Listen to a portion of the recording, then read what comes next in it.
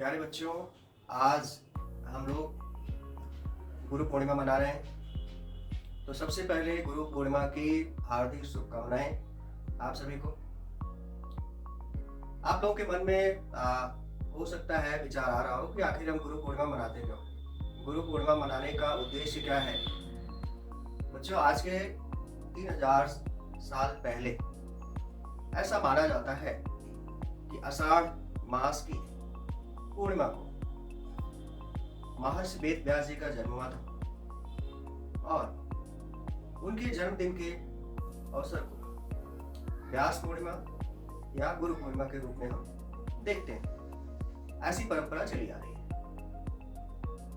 प्रश्न उठता है कि वेद व्यास जी को इतना ज्ञान कहां से प्राप्त हुआ?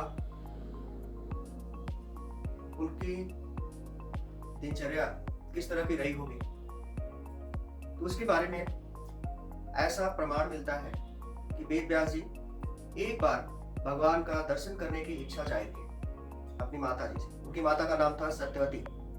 सत्यवती जी ने मना कर दिया कि नहीं, हम आपको वन प्रस्थान करने के लिए आज्ञा नहीं दे सकते, वन में जाने की आज्ञा नहीं दे सकते हैं। बट अंत तो गत्वा वेद व्यास जी अपनी हठ करते रहे और अंत में माता सत्यवती को परमिशन देना पड़ा, अलाउ करना पड़ा वन जाने के लिए। वन में जाकर के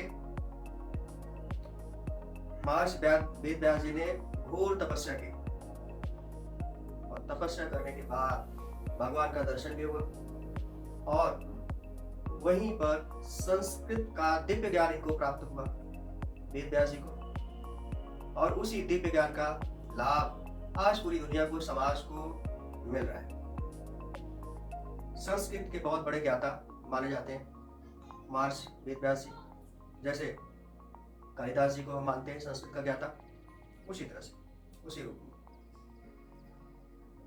महर्षि वेद व्यास जी ने 4 वेदों की रचना की, 6 शास्त्रों की रचना की, 18 पुराणों की रचना की, शांति पर्व जैसे पवित्र ग्रंथ की रचना वेद व्यास जी ने की। इसके साथ साथ ऐसा माना जाता है कि ब्रह्म सूत्र का डिटेल विस्तार में डिस्क्रिप्शन महर्षि वेद व्यास जी ने अपनी पुस्तक के माध्यम से संसार को अवगत कराया है। तो इस तरह से महर्षि वेद व्यास जी को हम प्रथम गुरु भी मानते हैं। हमारे सनातन धर्म में प्रथम गुरु की उपाधि किसी को दी गई है तो वो वेद व्यास जी को दी गई है। तो इसलिए आज का दिन बहुत ही ज्यादा महत्वपूर्ण हो जाता है, खासकर सनातन धर्म के मानने वालों के लिए।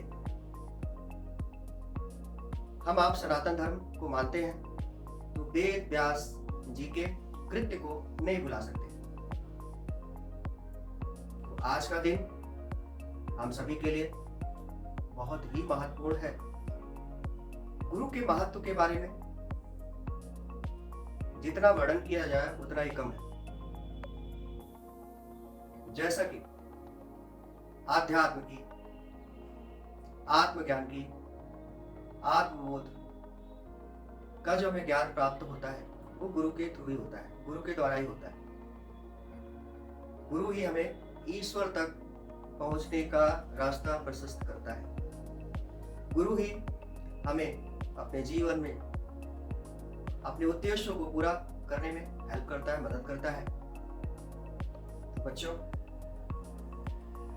कबीरदास जी ने अपने ग्रंथ में, अपनी रचनाओं में, अपने दोहे के माध्यम से उन्होंने वर्णन किया है गुरु की महिमा। मुझे एक दोहा याद आ रहा है, गुरु गोविंद दो खड़े काके लागों पाए, बलिहारी गुरु आपने गोविंद दियो बताए। कबीरदास जी ने ऐसा माना है कि अगर आपके सामने भगवान और गुरु दोनों खड़े हो तो सबसे पहले नतमस्तक होना है, चरण स्पर्श करना है गुरु का, क्योंकि भगवान का तो कोई रूप ही नहीं है। भगवान तो अदृश्य है,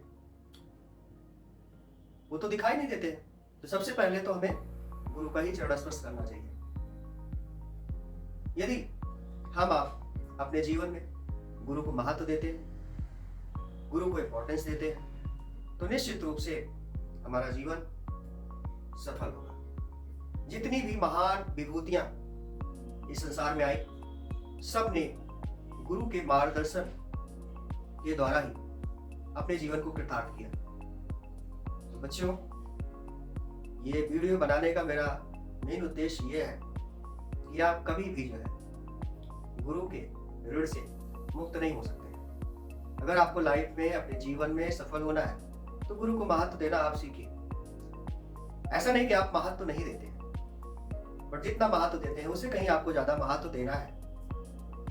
वो गुरु आपका बड़ा भाई हो सकता है, आपकी माँ हो सकती है, आपके पिता हो सकते हैं, या बड़े बुजुर्ग हो सकते हैं। उसकी कोई बाउंड्री नहीं है, उसकी कोई सीमा नहीं है कि गुरु कौन। गुरु वही है जो आपको अच्छा रास्ता दे, अच्छा ज्ञान बताए और आपको लाइफ में अच्छे रास्ते पर चलने के लिए एक रोशनी दिखाए। वही आपका गुरु है। तो गुरु के महत्व को हमें नहीं भुलाना है और महर्षि वेद व्यास जी के जन्मदिन को इसी रूप में हम लोग मनाते रहेंगे। ऐसा मैं उम्मीद करता हूँ कि हमारे बच्चों को ये जानकारी अच्छी लगी होगी। धन्यवाद। ज्योग्राफी अवार्ड से आप लोग जुड़े रहिए। Thank you so much.